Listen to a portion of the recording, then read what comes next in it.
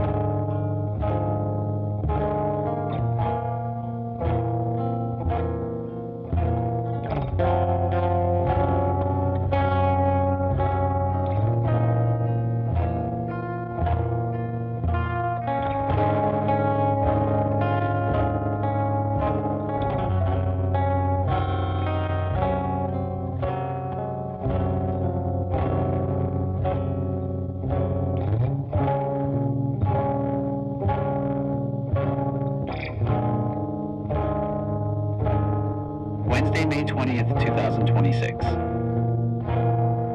I wish I could write funny songs again. For that matter, I wish I could write songs again. All I can manage is whatever this abstract bullshit is. I swear I'm not trying to be artsy. It's just all I have in me right now. And it is at least an accurate reflection of how I'm feeling. For those who don't know, I used to write somewhat lighthearted, funny, sad pop songs, and funny weirdo grindcore about my friends. Dry wit, inside jokes, and hopefully relatable self-deprecation over cheap two-finger power chords. Over 100 tracks heard by almost a dozen of you. Anyway, that's all dried up now. I'm not as funny anymore. Humor used to be 90% of my personality. Take that away, and what's left has all the charm of a funeral home attendant with chronic neck pain. My wife is a goth, so maybe it works for her, but somehow I don't think so. I did that Tough Mudder race a few times with friends back in the early 20-teens. Up and down Mount Snow in Vermont for 10 miles. Cold, wet, muddy, electric shocks. But if you're with friends, it's fun. Until it isn't anymore, that is. I always found my sense of humor dried up around the halfway point. Same with talking. Just gone. Didn't have the energy for it anymore. The rest of the race is one foot in front of the other until it's over. That's what right now feels like. But this endurance race has been 10 years. All the enthusiasm I can fake anymore is reserved for work. I get why people are trying to live their lives, have fun, carry on, maybe pretend it's not that serious. I get why, but I don't get how. He gave the commencement speech at the Coast Guard Academy today. You know who I'm talking about. I went and protested. There were not enough of us. None of you were there.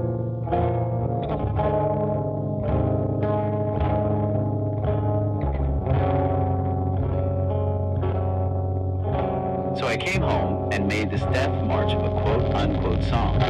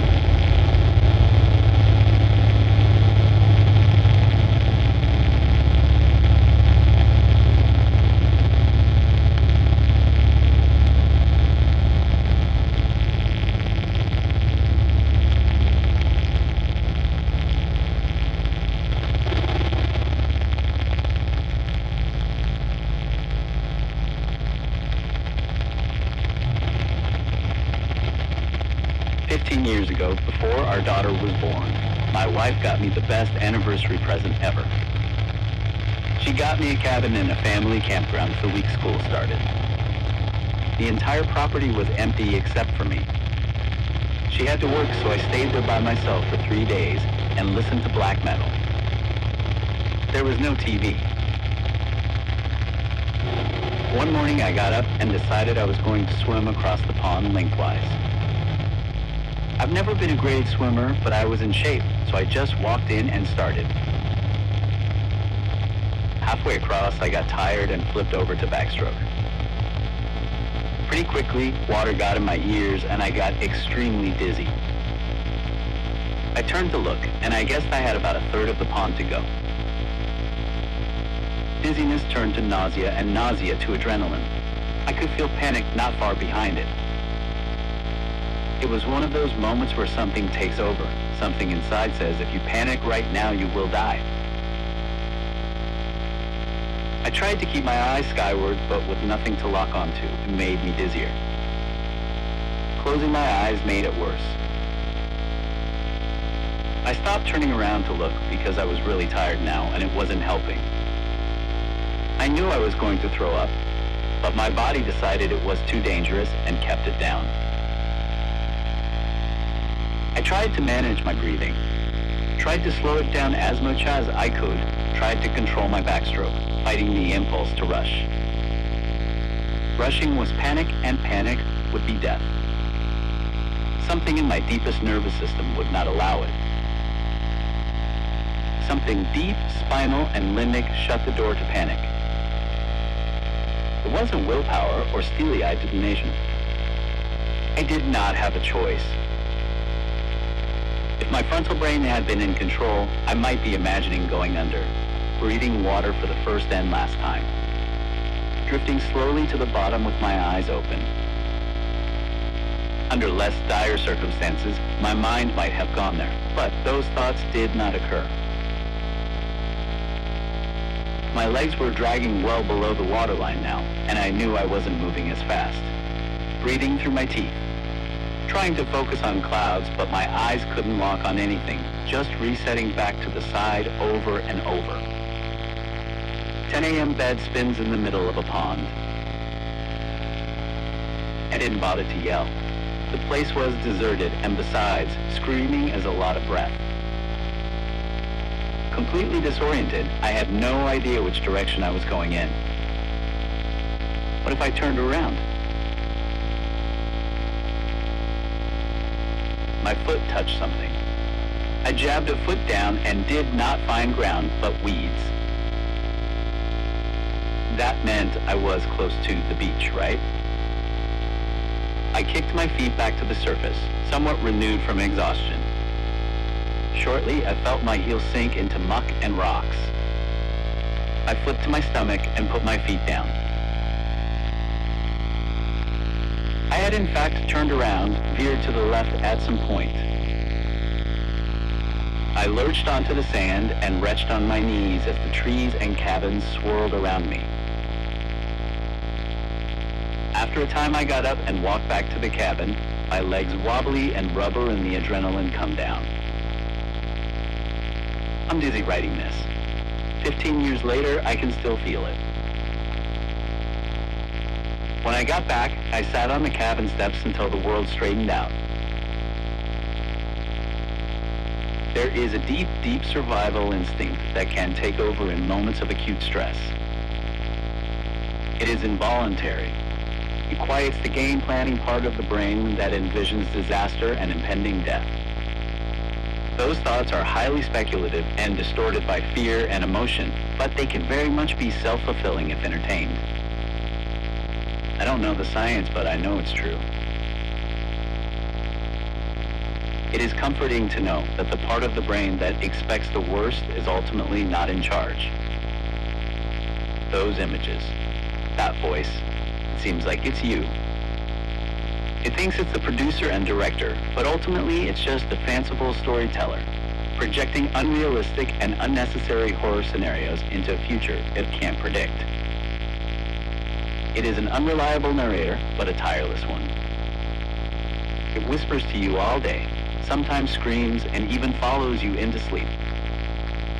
It tells you are drowning. It shows you them pulling you blue-faced from the water in an hour or a day, whenever someone notices the back of your shirt floating out there. The police calling your wife at work. That narrator tells the worst stories by design. But there are times you must only stare nauseously at the empty sky and keep swimming without thought of shore, without stories of dread or hope or future. I need to remember that.